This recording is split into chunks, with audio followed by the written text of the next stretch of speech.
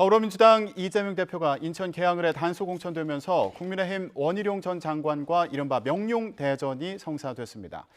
국민의힘 한동훈 비상대책위원장은 어제 민주당을 탈당한 김영주 의원을 만나서 입당을 권유했는데요. 막바지로 향하고 있는 여야의 공천 진행 상황, 서정욱 변호사, 장윤미 변호사 두 분과 얘기해 보겠습니다. 안녕하십니까? 안녕하세요. 안녕하세요. 네. 자, 민주당이 오늘 오전에 추가 공천 결과를 발표했습니다.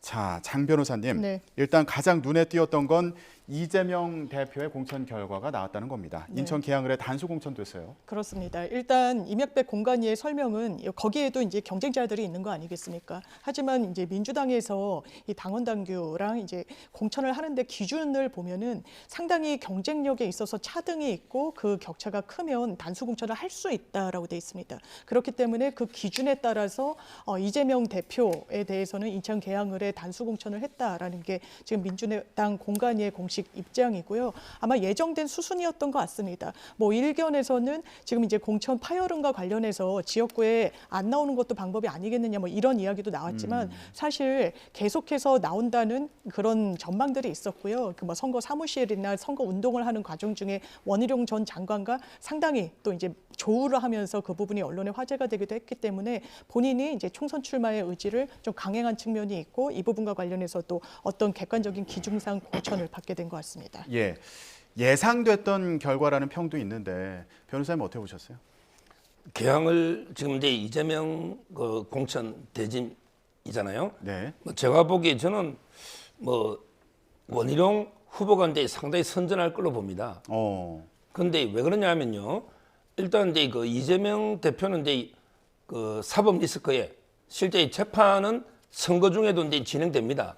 따라서 이제 그 지역구에 선거 운동할 시간이 이제 절대 부족할 거고요. 예. 그다음에 최근에 그 공천 갈등이 많이 있었잖아요.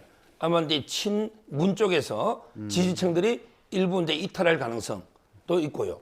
네. 그리고 이제 그 원희룡 후보가 이제 아무래도 전직 국토교통부 장관입니다. 그러다 보니까 이제 그 개발 욕구도 상당히 많은데 선거운동 열심히 하고 있습니다. 따라서 이제 그 옛날에 윤영선 후보가 이제 아마 11%인가 그 정도 차이 났을 거예요.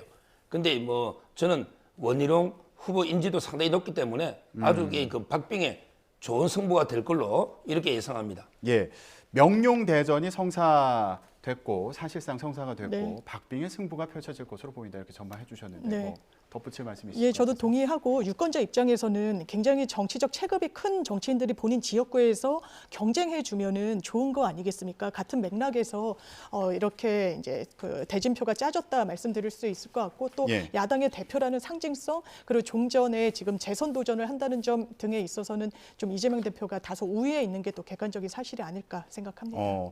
서로 이제 반대되는 해석을 내놓으신 것 같습니다. 예, 자, 서 변호사님. 예. 그 오늘 민주당 공천 결과 발표해서 조정식 사무총장도 포함이 됐는데 뭐 앞서서 불출마해야 되는 거 아니냐 당내에서 이런 일부 목소리도 있지 않았습니까? 어떻게 보셨어요? 지금 이제 그 국민의힘은요. 그래도 이제 그 장제원 의원이요. 최측근 아닙니까? 근데 그분이 이제 불출마 희생한 분이 있거든요. 근데 그 민주당은 제가 보기에 그 친명 중진 중에 자기 희생하면서 불출마한 분이 없는 것 같아요. 예를 들어 이제 그 우리 정성호 의원도 출마하죠. 그다음에 그 조정식 그리고 이제 정청래 거의 뭐 이제 친명 핵심 중진들은 다 이제 거의 단수 공천 받아가지고 출마하잖아요. 예. 그렇다면 이게 그 지도부의 희생 헌신이 없다는 거고요. 그리고 이제 그 비명들은 많이 물갈이 됐거든요. 새술은 새부대에 담자. 그다음에 장강의 뒷물길이 앞물길을 몰아낸다. 그리고 이제 그 새순, 이제 떡잎이 지야 새순이 돋는다. 뭐 이런 식으로 하면서 세대 교체나 많이 이야기했잖아요. 그런데 그것도 박지원 의원 그리고 이제 정동영 옛날에 대통령 후보 있잖아요. 예. 이분들에게 기회를 줘버린 거예요. 따라서 세대 교체가 상당히 선택적이다. 예. 어떻게 이재명 대표와 친한 분들은 기회를 다 주고 박지원 의원에게 80이 넘었잖아요. 근데 이쪽은 다 세대 교체하고 너무 일관된 기준이 없다. 이렇게 평가합니다. 조정식 사무총장 같은 경우는 이제 육선에 도전하게 되는 네. 거고요. 그리고 박지원 전 국정원장 같은 경우 이제 나이를 언급을 하셨는데 이거 세대 교체 맞냐? 좀 기준이 다른 거 아니냐? 어떻게 보십니까? 사실 이게 민주당의 공천 과정 중에 잡음이 있는 것도 사실이죠. 그런데 지나치게 또 친명 비명으로 프레임이 좀 가는 부분도 있는 것 같습니다. 지금 뭐 친명에 대해서는 경선 기회를 상당히 보장해주고 상대적으로 그렇지 않은 측면에 있어서는 문제가 있다라는 취지로 말씀 주셨지만요. 사실 현역 의원 중에 이른바 비명으로 분류되는 의원들 상당수가 단수 공천을 받았습니다. 고민정, 윤건영, 전재수 의원 그렇고요. 이소영 의원 그렇고 김한구, 백혜련, 정태호 의원 등등 있습니다. 그 수치가 거의 20명 가까이에 육박하기 때문에 이 부분을 너무 갈등 구조 위주로 갈 필요는 없다. 그리고 조정식 사무총장 같은 경우에는 이제 육성고지에 오르면서 국회의장과 관련해서도 아마 의지가 있을 수밖에 없을 겁니다. 그런 부분과 관련한 종합적인 부분이 고려가 됐을 것으로 보이고 일단 공관위에서는 점수 차이가 일단 경쟁 후보와 상당히 압도적이었다는 점을 설명했습니다.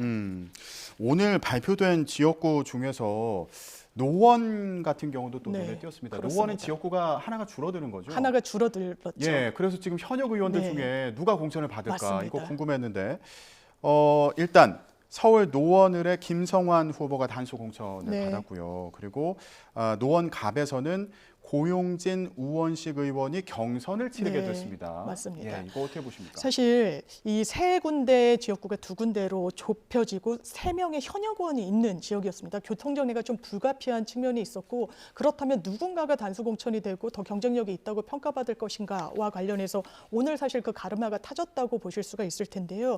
김성한 지금 의원 같은 경우에는 인재위원회 간사로서 또 총선에서 상당히 좀 역할을 하고 있는 부분도 있습니다. 그래서 이런 부분이 같이 종합적으로 고려가 되지 않았을까 싶고요. 예. 사실 현역 의원들은 지역에서 조직 관리나 이런 부분에 있어서 원외 인사들보다 상당히 우위에 있는데 지금은 현역 의원 2명이 사실 경선에 붙여진 어떻게 보면 좀 이례적인 상황이라서 이 부분에 대한 어떤 결론이 날지도 상당한 관전 포인트인 것 같습니다. 예, 서 변호사님은 어떻게 보셨습니까?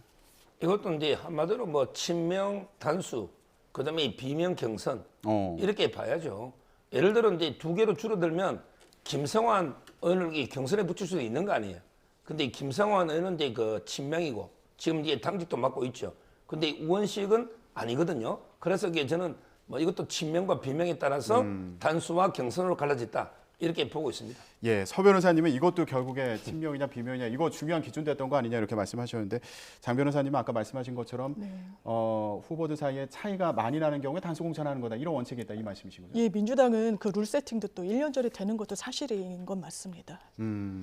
알겠습니다. 지금 저희가 민주당이 오늘 발표한 공천 결과에 대해서 얘기를 하고 있는데 그런데 앞서서 공천 과정에서도 논란이 됐던 부분이 있죠. 비명계 홍영표 의원의 컷오프를 둘러싸고 당내 논란이 계속 이어졌는데 어젯밤 최고위원회가 열렸고요. 여기서 홍영표 의원의 컷오프를 취소하고 경선에 참여시켜야 할지 이게 또 토론 주제가 됐다고 합니다. 그런데 결국에 원안대로 하기로 한 그런 상황인데 자, 서 변호사님, 홍영표 의원 같은 경우에는 탈당 가능성까지 거론하고 있지 않습니까? 어떻게 전망하세요? 뭐 지금 이제 홍영표 의원은요 본인이 왜 컷오프 된지 본인도 모르고요. 당에서도 이게 아무도 설명 안 해주니까 아무도 몰라요. 뭐 제가 보는 거 이게 짐작은요. 아마 이제 그 친문의 의원 중에는 좌장입니다. 근데 그 친문 황태자는 이제 임종석 실장인데 임종석 실장은 이제 배지가 없잖아요. 예. 지금 이제 배지를 달고 있는 친문의 좌장은 홍영표다. 옛날에 그 송영길 대표하고 근데 그 경선했죠 당 대표. 그때 홍영표입니다.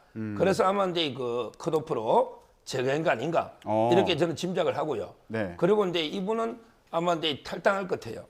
제 생각에 임종석 실장은 당에 남아서 예. 아마 이제 그 이재명 체제 와해를 위해서 이제 당에 남아 투쟁을 하는 거고, 그다음에 홍영표 의원은 이제 그 아마 탈당해서 출마하지 않을까. 예. 다만 이제 뭐 무소속 연대든 민주연대처럼 아니면 이게 이낙연 신당으로 갈지 그건 이제 좀 고민해봐야 되지만 예. 탈당해서 출마하지 않을까 이렇게 저는 예상합니다. 예.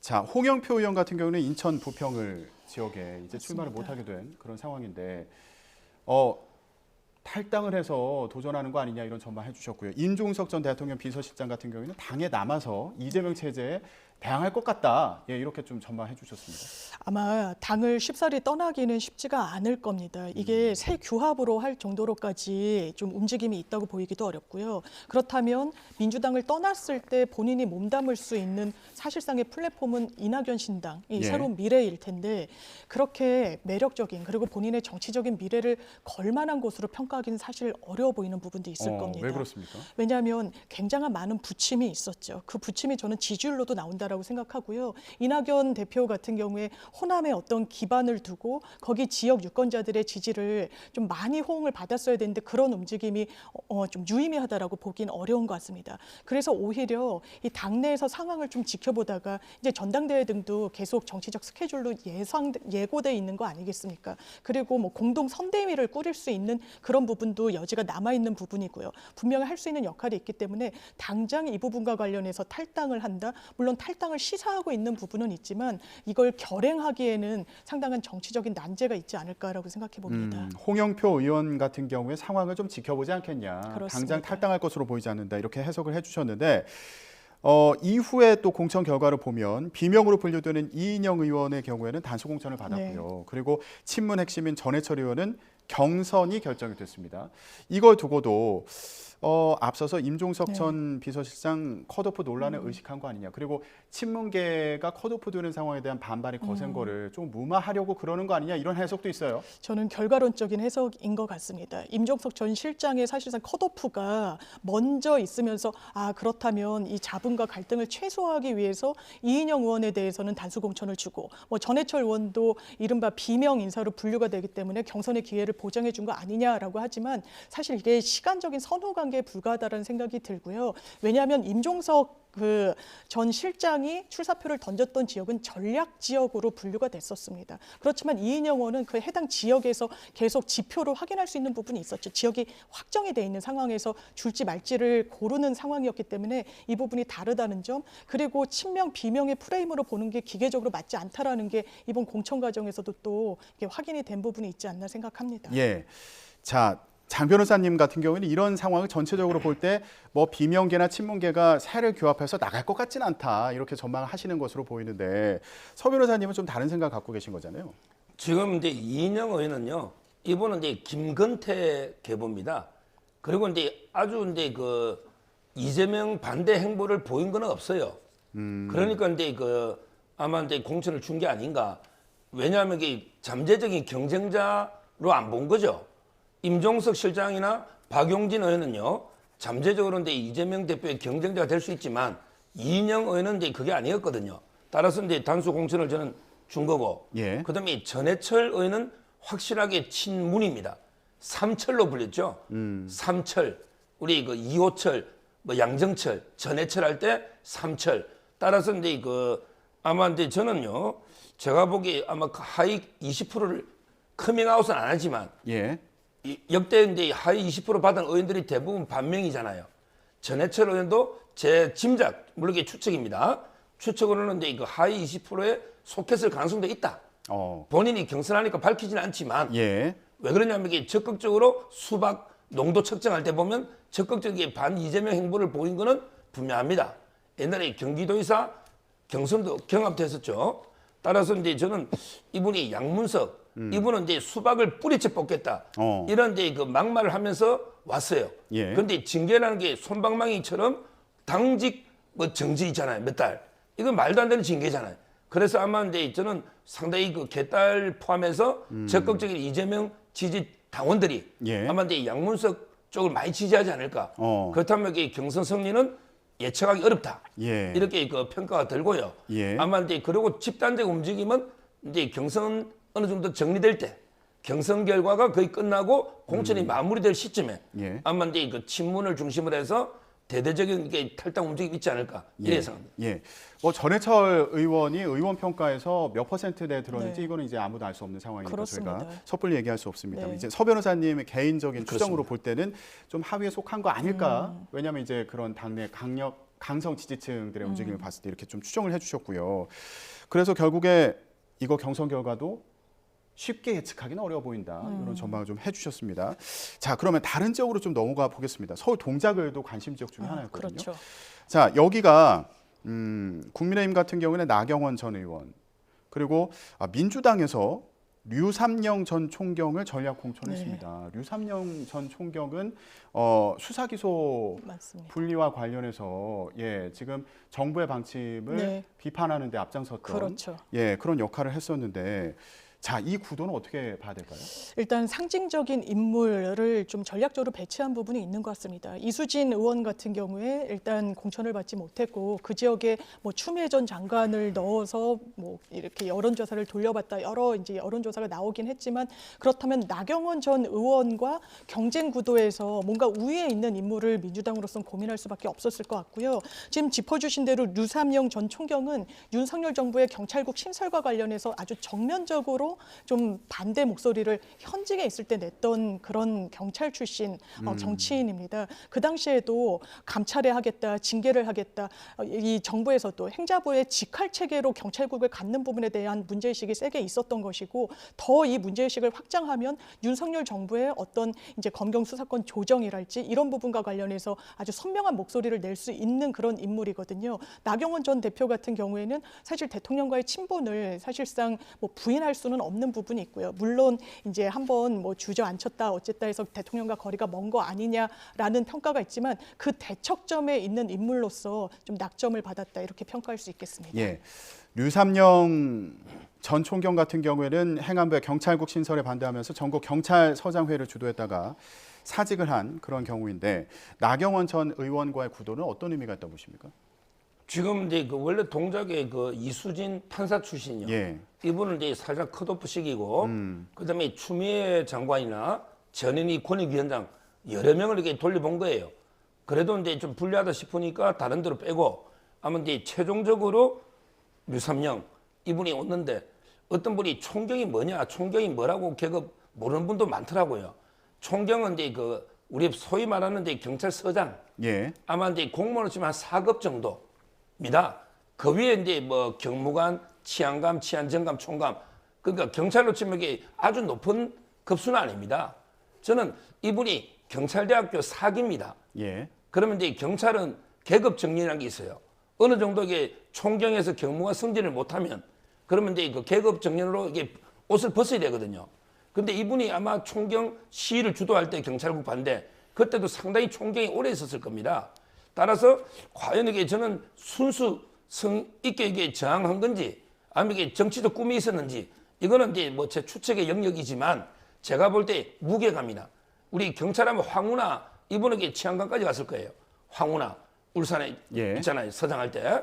그러니까 이제 그 무게감이나 인지도나 모든 걸 봤을 때는 제가 보기에는 이게 나경원 의원이 좀 이게 훨씬 유리하지 않을까 이런 이제 제 개인 생각입니다. 예.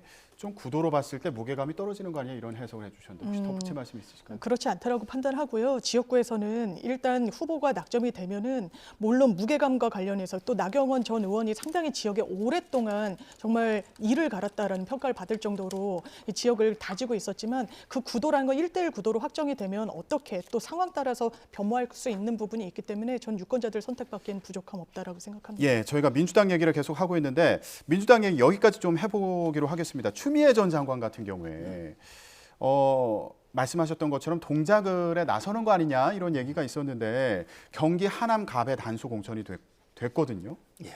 예, 여기 이제 민주당에서는 험지라고 하면서 추미애 전 장관을 공천했습니다. 이거 어떻게 보세요? 지금 이제 그 보통 그 우리 민주당에서 3명의 여전사 이야기했잖아요.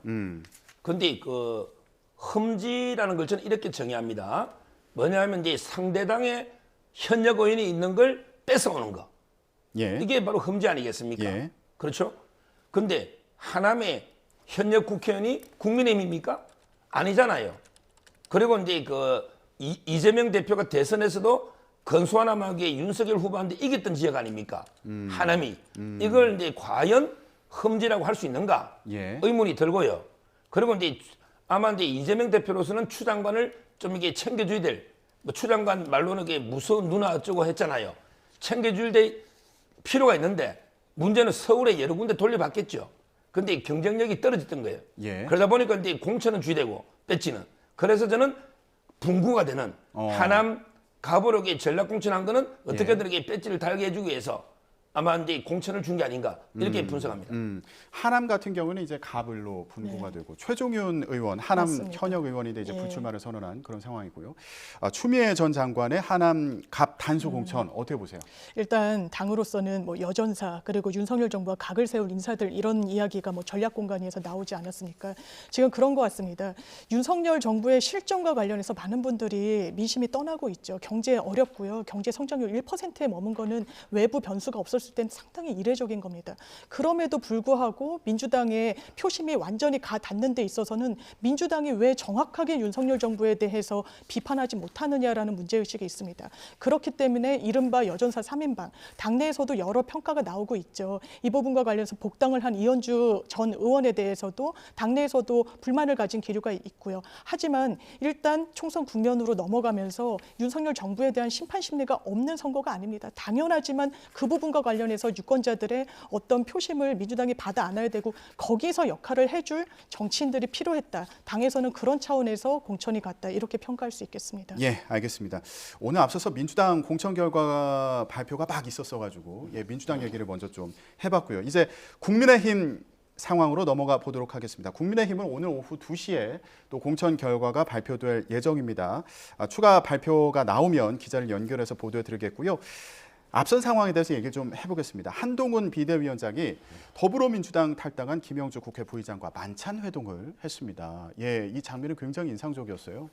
그 장소가 이제 우리 대전의 유성을 이상민 의원 있죠. 이상민 의원하고 이게 만찬했던 식당이 그 식당입니다. 같은 식당이에요. 그랬군요. 제가 보기 행보도 같이 할 것 같아요. 이 말은 이제 김영주 의원이 예. 당원 최소의 1,500명 이상 당원을 데리고 국민의힘으로 저는 이제 넘어온다 이렇게 예측이 되고요. 지지하는 당원들과 함께 국민의힘에 갈 것으로 보인다. 예. 근데 이 부분은요. 전적으로 저는 이재명 대표의 책임이라 봐요. 왜냐하면 공천을 공천답게 공정하게 민주적으로 잘했으면 이렇게 탈당하겠습니까? 그리고 이게 탈당한다 해서 당원들이 그렇게 많이 1,000명 이상 따라오겠습니까?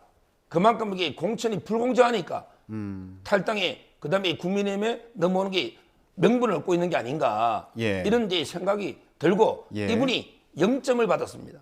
의원들에게 그 평가에서 다면 0점을 받았어요. 물론 이제 뭐 이분이 옛날에 여행계획 일본 이런 게 좀 있었지만 논란은 그렇지만 이게 0점 받을 정도는 아니었거든요. 따라서 저는 불공정했기 때문에 탈당과 이게 국민의 입당이 명분을 얻고 있다고 봅니다. 예.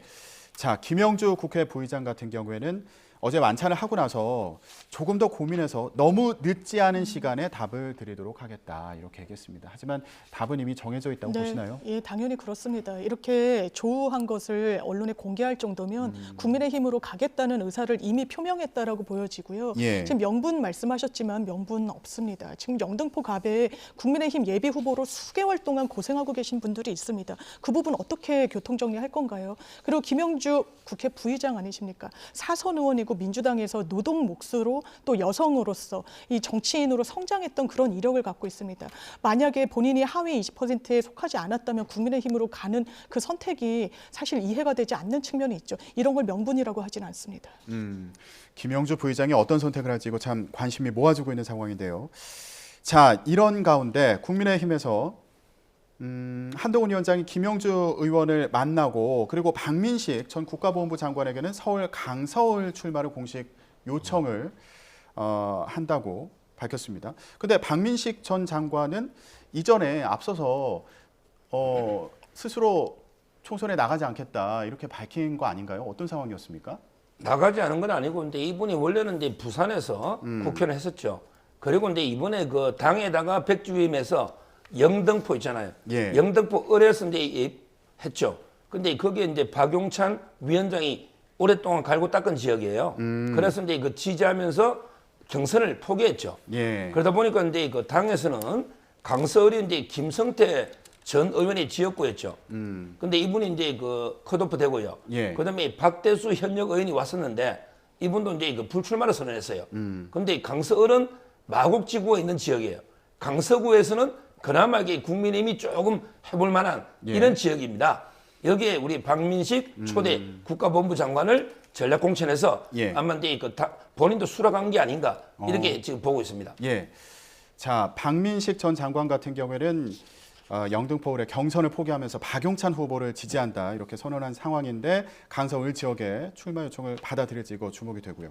자, 국민의힘 같은 경우에는 대통령실 출신이나 아니면 네. 검사 출신들이 공천을 얼마나 받을까 이거 관심이 모아진 상황인데 지금 상황 어떻게 평가하십니까? 무감동이란 이야기가 괜히 나오는 게 아닙니다. 사실 인요한 혁신위 때 얼마나 대대적인 쇄신을 예고했었습니까? 중진들 싹 다 불출마하라고 그랬어요. 그 부분이 뭐 부인과 자식 빼고는 다 바꿔야 된다라고 이야기까지 할 정도였습니다. 국민들이 그 당시에 박수 치셨죠. 그런데 정치 신인 그 문턱을 넘지조차 못하고 있습니다. 시스템 공천에 따른 거라고 한동훈 비대위원장이 설명하시더라고요. 예. 그런데 애초에 그 시스템, 룰이라는 게 나왔을 때 신인에게도 이제 같은 경쟁 후보가 현역 의원일 때 30% 감산 등을 하겠다라는 것이었지만 그걸 보고도 이건 현역 프리미엄을 넘기 어렵다는 이미 내부에서 이야기가 나왔습니다. 그렇기 때문에 뭔가 전략적인 선택 같은 게 당에서도 필요했던 건데 이 부분은 이른바 정치 신인들에게는 기회가 전혀 없고 그냥 필패하고 있고 현역 의원들이 자리 보전을 하고 있는 이런 모습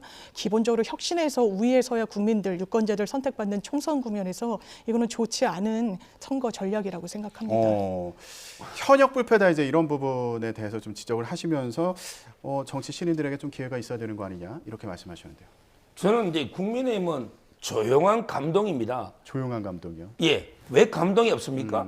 한동훈 위원장이 나는 이제 과실을 누리지 않겠다. 불출마. 이게 얼마나 감동적인 장면입니까? 이재명 대표 할 수 있습니까? 본인이 방탄 때문에 불출마할 수 있습니까? 두 번째, 장제원 의원 최측근이죠. 불출마. 이게 얼마나 감동입니까? 우리 이재명 대표 최측근 중에 누가 불출마했습니까? 세 번째, 구자룡의 양천갑 승리. 그다음에 장해찬 30대 청년이 현역을 상대로 부산에서 승리했습니다. 민주당에 그런 감동이 있었습니까? 저는 청년 중에도 장해찬, 구자룡처럼 인지도가 아주 높거나 그다음에 준비를 오래 한 강한 청년은 이긴 거예요. 근데 약한 청년이 청년이니까 무조건 배려해달라. 이건 안 되는 거예요. 지역구는 이기는 공천이 중요한 겁니다. 예. 저는 이런 예를 봤을 때 국민의힘의 공천은 각본 없는 드라마, 조용한 감동이다. 이렇게 봅니다. 감동 없는 거 아니다.